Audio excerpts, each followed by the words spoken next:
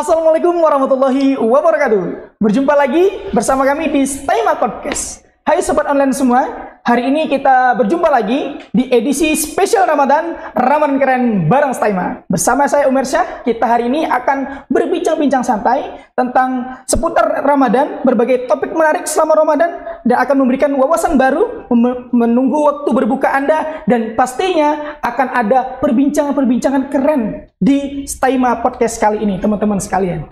Oke, teman-teman sobat online sekalian, hari ini kita telah bersama seorang bintang tamu yang mungkinnya pasti kalau mungkin Santri Al-Hikam tidak asing dengan beliau ini, dan juga mungkin sobat-sobat Staima semua, sobat-sobat podcast, hari ini juga kita akan memperbincangkan sebuah topik yang menarik menurut saya. Dan kita telah hadir bersama kita Ustadz Muda, Gus Muda, yaitu bersama Dr. Febri Taufikur Rahman MHum. Assalamualaikum Ustadz. Waalaikumsalam warahmatullahi wabarakatuh. Bagaimana kabarnya hari ini Ustadz? Alhamdulillah khair, baik. Alhamdulillah. Bagaimana kabarnya? Pak, saya alhamdulillah baik. Alhamdulillah masih strong. Strong ya. Ramadannya gimana Ustadz? Sudah berjalan hampir 1 minggu Ramadan ini, lebih dari 1 minggu mungkin. Bagaimana? Tetap semangat. Alhamdulillah. Semangat Ramadan. Selalu semangat. Ya, selalu semangat. Baik, sobat-sobat online semua, hari ini kita akan memperbincangkan sebuah topik yang menarik menurut saya, yaitu kesempatan untuk memperbaiki diri di bulan yang suci. Sebagaimana yang kita ketahui bahwasanya Ramadan ini kan sebenarnya adalah 1 bulan yang diberikan oleh Allah Subhanahu wa Ta'ala khusus kepada umat Nabi Muhammad, ya, untuk memperbaiki diri kita tentunya, yaitu dengan memperbanyak ibadah dan lain sebagainya. Mungkin dari Ustadz sendiri ini, apa sih makna Ramadan itu menurut Ustadz? Oke, saya tanya dulu, kalau Mas Umar, makna Ramadan apa kira-kira? Bagi Mas Umar? Bagi saya ya, kalau bagi saya sih Ramadan itu momentum yang luar biasa. Momentum untuk? Untuk satu, memperbaiki diri. Yang kedua, lebih ke introspeksi diri sih, menurut saya. Karena 1 bulan ini kita lebih banyak merenung dan lain sebagainya. Alhamdulillah ya, memperbaiki diri. Kalau saya itu ya Mas Umar, kalau menurut saya itu Ramadan itu maknanya liburan. Banyak waktu liburnya. Iya, benar sih, saya sudah. Iya kan, libur makan, ya kan. Kemudian libur marah-marah. Ya kan, menahan nafsu. Oh, libur kuliah juga ya. Iya, saya juga libur ngajar. Iya, alhamdulillah. Jadi Ramadan ini memang betul-betul momentum yang luar biasa bagi kita, karena selama 11 bulan kita menjalani kegiatan aktivitas rutinitas yang selalu kita lakukan berulang-ulang setiap hari. Kita diberikan oleh Allah waktu yang khusus, ya, untuk apa? Untuk meningkatkan iman dan takwa kita kepada Allah, untuk muhasabah, memperbaiki diri, refleksi atas apa yang telah kita lakukan selama 11 bulan ini, sehingga bulan Ramadan ini penuh makna. Maka kalau dikatakan bulan Ramadan ini penuh berkah, penuh ampunan, dan dibebaskan dari api neraka, itu kita rasakan betul bagaimana magnet bulan 1 bulan ini dibandingkan 11 bulan sebelumnya. Sehingga ini momentum yang sangat luar biasa bagi kita sebagai umat Islam yang diberikan kesempatan oleh Allah waktu libur tadi, ya kan? Artinya selama rutinitas aktivitas kita selama 11 bulan, akhirnya kita dikasih waktu libur khusus, bagaimana kemudian kita berinteraksi kepada Allah Subhanahu wa Ta'ala dengan ibadah-ibadah yang dilakukan selama bulan puasa. Ada sahur, ya, ada puasa, kemudian ada juga sholat sunnah, tarawih, yang meskipun rokaatnya berbeda-beda, ya, tetapi kan esensinya sama, bahwa itu bagian dari bagaimana Allah Subhanahu wa Ta'ala itu memberikan kesempatan kita agar lebih, umatnya agar lebih dekat kepada Allah Subhanahu wa Ta'ala. Nah, ini menarik ini Ustadz. Tadi kan Ustadz bilang bahwasanya Ramadan itu banyak libur. Libur, dan tentunya karena banyak libur itu lebih banyak waktu kita untuk bisa lebih beribadah. Kalau Ustadz sendiri sih, apa sih momen-momen yang paling diingat biasanya Ramadan tahun dulu, terutama tentang ibadah, atau ada momen keluarga yang begitu melekat sampai kalau setiap Ramadan tuh pasti ingat momen ini nih? Ya, kalau saya bisa bagi ya segmentasi momentum atau kenangan selama Ramadan ketika masih kecil kan pasti apa yang ditunggu? Petasan. Petasan. Petasan. Iya, yang ditunggu adalah apa? Buka puasa, takjil. Hari raya, karena dapat sangu ya. Itu. Iya, karena kalau sudah puasa itu kan berarti lebih dekat dengan mendapatkan banyak penghasilan tambahan, yaitu sangu. Tapi bagi kita yang saat ini ya mungkin sedang dalam proses belajar ya, maka momentum bulan Ramadan ini adalah bulan untuk belajar. Belajar selalu untuk memperbaiki diri. Karena momentum yang paling baik adalah bagaimana kemudian kita bisa merasa bahwa diri kita itu ya merasa penuh dosa, ya penuh kesalahan, tidak merasa paling baik dan paling benar, ya. Sehingga kalau saya sendiri bulan Ramadan ini bulan bagi saya untuk berkhidmah, ya berkhidmah kepada pesantren, yang itu menjadi momentum bagi saya yang mungkin bagi kita semua yang mungkin selama 11 bulan ini ya mungkin khilaf, salah, sehingga kita diberikan waktu sebetulnya ya dalam waktu 1 bulan ini untuk menebus kesalahan-kesalahan kita di masa yang lalu. Oke, berarti ini lebih ke bulan yang memang bulan perbaikan. Bulan perbaikan. Perbaikan ya. diri, perbaikan gizi juga. Kalau anak pondok ya biasa tahu. Ya, dan perbaikan keuangan. Perbaikan keuangan. Alhamdulillah. Tapi gini Ustadz, masih banyak orang di luar sana, khususnya seperti saya, anak milenial, anak-anak Gen Z, sahabat-sahabat kita Gen Z, milenial, ini bingung sebenarnya apa sih yang mau diperbaiki itu kan? Banyak. Kita kan terkadang ya terhijab lah, kalau bahasanya itu terhijab dari kesalahan kita karena memang sudah terbiasa seperti itu. Mas Umer pernah punya kenangan masa lalu yang pahit nggak? Pernah. Pernah. Setiap orang pasti pernah punya titik balik dalam kehidupan. Ya. Benar, setiap orang pernah punya masa lalu yang mungkin itu menjadi pengalaman berharga bagi dirinya sehingga dia mau berubah. Ya, maka saya punya kutipan, we never know what happen in the future, but we know what we have to do now for getting the best future. Jadi kita kan tidak tahu masa depan itu seperti apa. Mas Umer pernah punya bayangan nggak ketika 3 tahun 5 tahun yang lalu di Jambi kan asalnya ya? Di Medan. Medan ya, di Medan. Kemudian sampai Medan ini ke Malang, ini kan belum pernah ada. Ini kan tidak logis gitu ya. Artinya tidak pernah punya bayangan mau ke sini kemudian menjadi seorang pewara di dalam podcast Taima begitu kan? Dan mendapatkan kesempatan-kesempatan yang lain. Kita kan tidak tahu masa depan. Tapi Mas Umer waktu itu pasti sudah mempersiapkan. Ya, we know what we have to do now. Ya, kita tahu apa yang harus kita lakukan sekarang untuk mendapatkan yang terbaik. Nah, cara mendapatkan yang terbaik maka ikhtiar dan usahanya pun harus yang terbaik. Ya, sehingga makna memperbaiki diri ini sebetulnya setiap orang memiliki makna yang berbeda-beda. Ya, kalau misalkan seorang pelajar misalkan memperbaiki cara belajar. Ya, kalau misalkan seorang santri memperbaiki bagaimana kemudian lebih aktif dalam kegiatan-kegiatan di pesantren yang mungkin selama 11 bulan kemarin itu banyak yang menghilang misalkan. Jadi begitu ya santri, dengarkan baik-baik. Ya. Jadi bagi asatid juga, bagi seorang ustadz, bagi seorang guru, bagi seorang dosen yang selama 11 bulan kemarin rutinitas ya, karena rutinitas itu kan pasti ada titik jenuhnya. Maka bulan Ramadan ini sebetulnya bulan ngecas semangat, ngecas spirit, ya, ngecas kemudian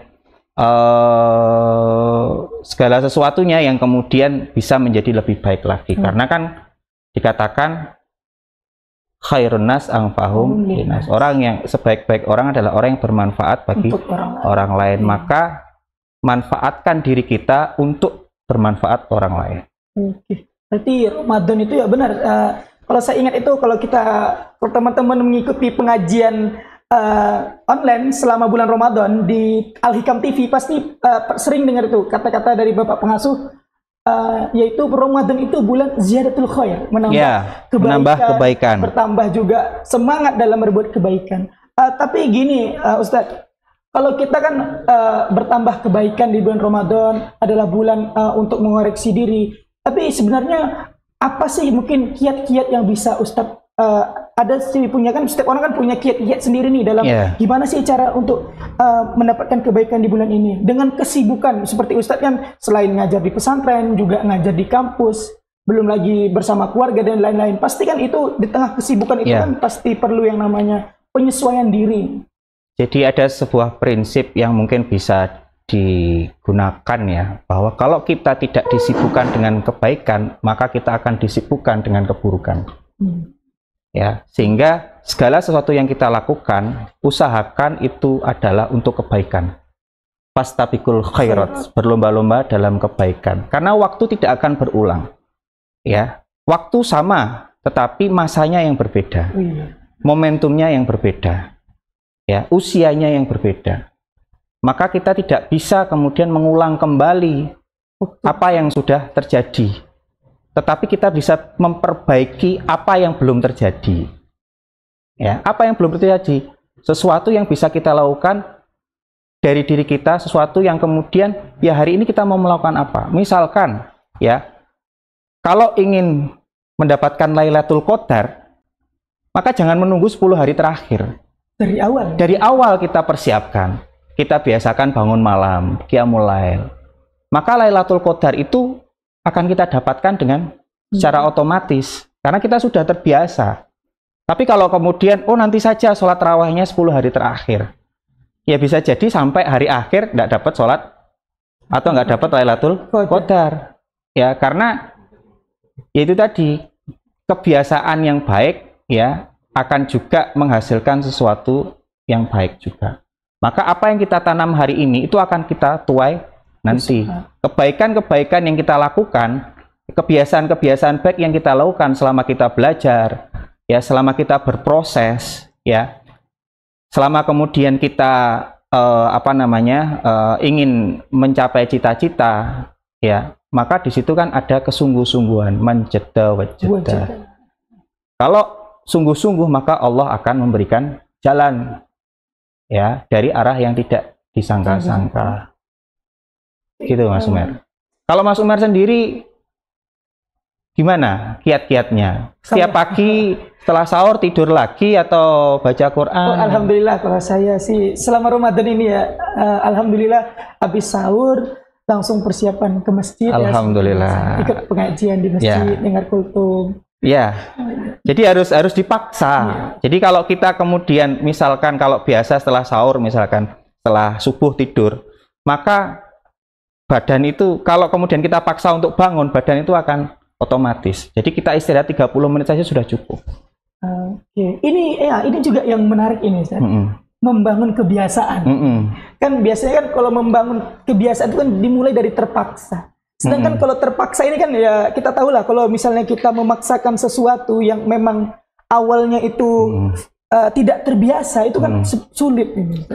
Ya, saya menganalogikan sederhana. Ketika Mas Umar pertama kali belajar sepeda, itu jatuh dulu enggak? Jatuh. Sakit enggak? Sakit ya.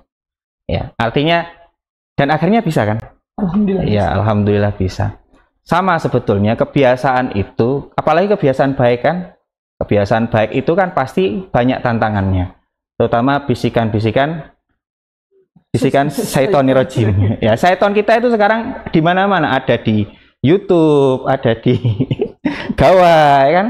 Ya, makanya kalau bulan Ramadan itu katanya setan dibelenggu itu ya masih ada setan-setan yang lain, masih banyak. Iya, kita enggak sampai ke sana. Tapi kemudian ya artinya memang kalau kita biasa memaksakan diri ya untuk kebaikan, maka itu akan terbiasa. Meskipun awalnya berat, karena sesuatu yang baik itu pasti berat untuk dijalani. Ya. Ketika kita misalkan ingin mendapatkan beasiswa, kan berat untuk ngurus administrasinya. Tapi kalau kita tidak mengurusnya, maka peluang potensi dapat beasiswa kan tidak kita dapatkan. Ya, sama sebetulnya ketika kita ingin misalkan ya khatam Quran selama 1 bulan. Kalau kita tidak paksakan setiap hari membaca 1 juz, maka tidak akan tercapai. Maka dibalik keterpaksaan, dibalik kemudian ke rasa berat ketika kita melakukan sesuatu itu, ya kan di situ sudah dijelaskan. Inna ma'al di balik setiap kesulitan itu ada kemudahan. Nah, makanya pasti ada kesulitan dulu, baru kemudian kita dapat kemudahan.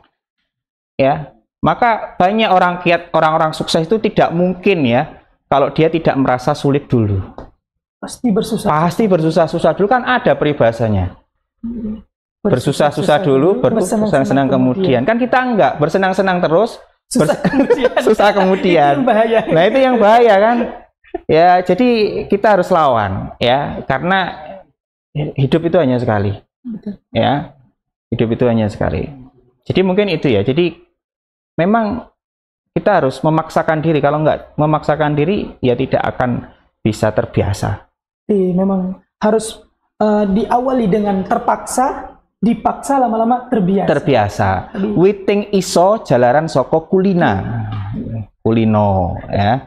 Karena witing bisa, witing iso, lek tresno itu urusan percintaan ya, witing tresno jalan. Tapi kebiasaan kita itu karena kebisaan kita itu karena biasa. Kita bisa karena biasa, ya kan? Mas Umer bisa azan karena biasa azan. Mas Umer bisa ngimami tahlil karena kebiasaan. Mas Umer bisa menjadi pewara podcast karena biasa. Nah, kalau tidak biasa dan tidak dipaksa, maka apakah bisa? Tidak kan? Ya, itu logika sederhana sebetulnya. Dalam kita kemudian memahami sesuatu makna di balik kebiasaan yang itu berawal dari keterpaksaan. Kebiasaan yang baik akan juga melahirkan sebuah hasil yang baik juga. Ya. Tadi ada quotes yang bagus nih tadi.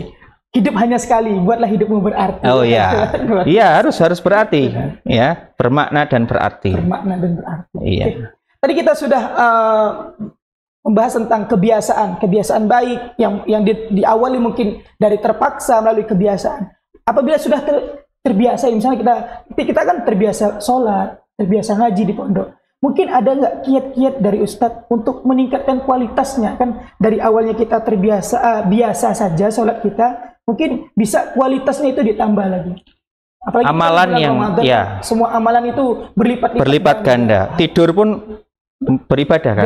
Tapi kalau terlalu banyak tidur kan jadi masalah. Ya. Ya, masalahnya ketinggalan buka puasa, ya kan, masalahnya badannya juga sakit-sakit kan begitu. Maka amalan yang paling baik adalah amalan yang dilakukan secara istiqomah meskipun itu kecil. Ya. Kalau teman-teman punya amalan misalkan membaca waqiah setiap malam ba'da maghrib misalkan, itu secara rutin dilakukan, ya, itu akan baik. Dan kalau ingin meningkatkan, maka ditambah amalan-amalan yang lain. Tetapi amalan yang paling baik adalah amalan yang kemudian bisa dijalankan secara istiqomah, rutin. Sehingga ketika kita melakukan itu kita tidak mengharapkan pahala. Kita tidak mengharapkan apapun. Karena menjadi sebuah kewajiban, kebutuhan, maksud saya, kebutuhan bagi kita. Kalau kita nggak sholat duha, misalkan biasa sholat duha, itu kan rasanya ada yang kurang di dalam keseharian kita. Kalau biasa kita qiyamul lail misalkan, kalau kita biasa jamaah di masjid, kalau tidak jamaah, itu akan merasa ada yang kurang. Seperti makan. Iya, kayak makan. Satu hari aja nggak makan kan, udah lemes. Iya, kalau misalkan kita nggak makan nasi, itu kan nggak makan. Iya, apalagi di Indonesia. Iya kan. Sementara di wilayah lain di Eropa cukup dengan roti. Nah, maka kalau kita bisa kita lihat dari situ, maka ya amalan itu harus dilakukan secara terus-menerus, secara istiqomah, sehingga seolah-olah kita belum melakukan. Ya, ini kuncinya. Jadi kalau kita sudah sedekah, ya seolah-olah kita belum sedekah, sehingga kita akan terus bersedekah. Kalau kita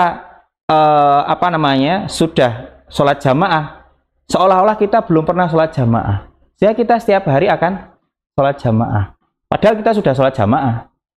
Nah, kuncinya adalah itu, merasa bahwa kita belum melakukan apa-apa ataupun kemudian kita merasa bahwa apa yang kita lakukan itu kebutuhan, bukan hanya sekadar kewajiban. Kalau kita butuh, maka kita akan datang. Allahu Akbar, Allahu Akbar. Allah memanggil. Kalau kita butuh, kan kita datang kepada Allah. Sama kemudian kalau orang teman-teman ya mau utang kan datang ke orang yang, iya nggak? Bukan yang ngutangin. Kalau kita mau bimbingan datang ke dosen pembimbing. Karena kita butuh Allah. Kita datang kepada Allah. Ya. Jadi yaitu tadi istiqomah sebetulnya. Sehingga dari istiqomah itu akan ada peningkatan-peningkatan. Ya, yang itu secara otomatis sebetulnya. Jadi kalau kita punya kiat misalkan satu hari 1 juz misalkan, ya, kita punya target 1 bulan Ramadan ini khatam minimal 1 juz, maka setiap hari dipaksa harus 1 juz. Tapi kan bisa saja 2 juz, 3 juz. Akhirnya target kita malah melebihi apa yang kita harapkan. Sama sebetulnya. Wa may yattaqillaha yaj'al lahu makhraja wa yarzuqhu min haitsu la yahtasib. Ya. Kalau kita bersungguh-sungguh, kalau kita bertakwa dengan sungguh-sungguh, kita melakukan sesuatu dengan sungguh-sungguh, maka Allah akan memberikan jalan dari arah yang kita tidak pernah sangka. Karena kita sudah melakukannya dengan maksimal, dengan baik. Ya. Sehingga apa yang kemudian, yang justru kemudian kita tidak sangka, kita tidak duga, atau kita tidak harapkan, Allah kirimkan kepada kita. Banyak hal. Bisa jadi jodoh, pekerjaan, ya, kesempatan untuk mendapatkan beasiswa, kesempatan mendapatkan pekerjaan. Nah, itu yang kemudian perlu kita perhatikan, ya, untuk bagaimana kemudian meningkatkan kualitas segala sesuatu yang ada, tidak hanya ibadah, kualitas dalam bekerja, kualitas dalam kemudian kita bermasyarakat dan sebagainya. Semuanya otomatis. Dan semua itu bermuara pada diawali dengan kebiasaan, lalu istiqomah, dan akan melahirkan hal-hal yang luar biasa. Seperti tadi dijelaskan di ayat tadi. Tanpa jalan yang tidak kita duga-duga, tidak kita sangka-sangka, jalan itu diberikan Allah Subhanahu wa Ta'ala. Oke, jadi begitu sobat online semua, luar biasa perbincangan kita hari ini, yaitu tentang kesempatan untuk memperbaiki diri di bulan yang suci. Mari memperbanyak, mengoreksi diri kita, memperbanyak, mengkaji diri kita, sudah sampai mana sih ibadah kita, sudah sejauh mana sih amalan kita, dan tentunya jangan lupa untuk istiqomah. Amalan perbuatan apapun, walaupun sekecil apapun, mari istiqomah. Insya Allah, Allah mempermudahkan jalan kita, dan insya Allah juga Allah memasukkan kita di dalam surganya kelak. Amin, amin ya rabbal alamin. Oke, terima kasih Ustadz. Sama-sama Mas Umer. Alhamdulillah. Bincang luar biasa ini sedikit mengambil waktunya. Ini selanjutnya. Ini takjilnya apa ya? Oh, insya Allah ada nanti, aman. Kita buka bersama nanti di sini. Ini setelah ini kegiatannya. Setelah ini ada kegiatan mendampingi para santri. Oh, mendampingi para santri. Untuk meningkatkan ibadah selama bulan Ramadan di pesantren, bersama-sama. Insyaallah. Jadi itu tugas kami ya di pesantren. Mohon doa dan mudah-mudahan bisa istiqomah. Amin, amin ya rabbal alamin. Oke, terima kasih banyak sekali lagi Ustadz. Mudah-mudahan lancar semuanya, dilancarkan oleh Allah seluruh kegiatannya dan disehatkan selalu. Amin ya rabbal alamin. Barokah untuk kita semua. Baik, sobat online semua, sebelum saya akhiri perjumpaan kita pada podcast kali ini, saya ada sedikit informasi nih, mungkin untuk sobat-sobat online yang mempunyai adik, kakak, atau sobat-sobat sendiri yang masih belum tentu ini mau kuliah di mana, masih bingung mau kuliah di mana. Ayo, jangan ragu-ragu, bahwasanya ada informasi penting, yaitu penerimaan mahasiswa baru STAI Mahan Ali Alikam telah dibuka dari tanggal 9 Desember 2023 sampai dengan tanggal 4 September 2024. Mungkin teman-teman yang mau atau mau melanjutkan perkuliahannya, mau memperlanjutkan studinya, atau mau memperlanjutkan mondoknya, bisa juga di pesantren mahasiswa Al-Hikam Malang. Insya Allah ajaran-ajaran di sini sesuai dengan ajaran Ahlus Sunnah wal Jamaah, dan kita bisa bersama-sama menjadi mahasiswa dan juga menjadi mahasantri dari Kiai Haji Ahmad Hasyim Muzadi. Baik, terima kasih sekali lagi saya ucapkan. Wabillahi taufiq wal hidayah. Assalamualaikum warahmatullahi wabarakatuh.